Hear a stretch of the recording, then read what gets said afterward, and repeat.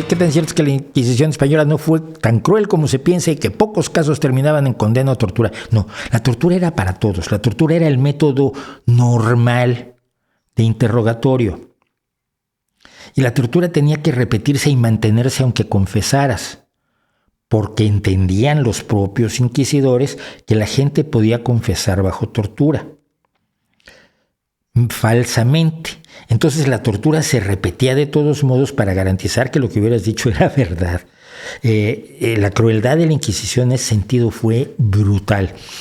Sobre pocos casos terminaban en condena, depende de lo que llames pocos, a los que les tocó no les parecen pocos. Esto es un poco como el argumento de los negacionistas del Holocausto. Yo tenía un pequeño nazi que iba a un foro que teníamos en internet. Decía, no murieron 6 millones de judíos. Y le decía, pues ¿cuántos murieron entonces? Cuando mucho, 4 millones. Entonces eso te hace creer que Hitler ya es buena persona porque en vez de 6 mató a 4. Chico, la diferencia es irrelevante, ¿no? La Inquisición fue brutal y los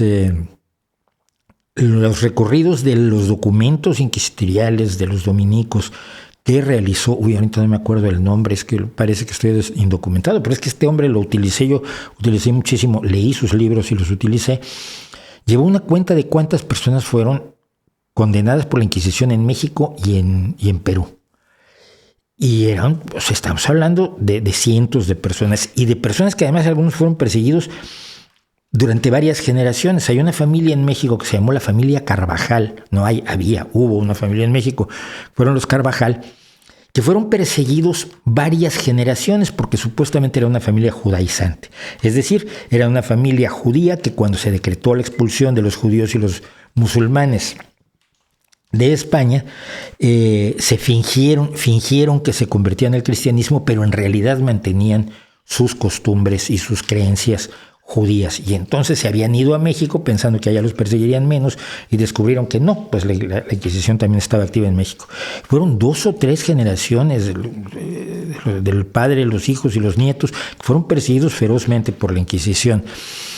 ¿Qué tanta leyenda negra al respecto de dicha organización hay? Históricamente muy poca. Ahora, evidentemente en la percepción popular las cosas son mucho más graves, probablemente, o muy distintas, o con ciertos matices que en la realidad no existen. Pero eso pasa también, y lo he comentado en el vídeo que hice sobre negar los peores crímenes, la negación del Holocausto. Lo comentaba yo, ¿no? Por ejemplo, las pantallas de lámpara hechas con piel humana fueron un invento de los medios, jamás aparecieron en las acusaciones. Si mal no recuerdo, además la acusada era Ilse Koch. En las acusaciones del tribunal que juzgó a estos criminales de guerra nunca aparecieron ni el jabón, ni las lámparas de piel humana, ni cosa por el estilo. Son fantasías que se crearon y luego se le atribuyen a los historiadores. Históricamente se sabe exactamente lo que hizo la Inquisición y no es nada agradable, y no es, la idea que son pocos o muchos me parece como una forma de contar las. Son pocos muertos, entonces no está mal. No, mira, está mal desde el primero hasta el último. Que la población de España y de las colonias de ultramar estaban aterrorizadas por la Inquisición, por supuesto.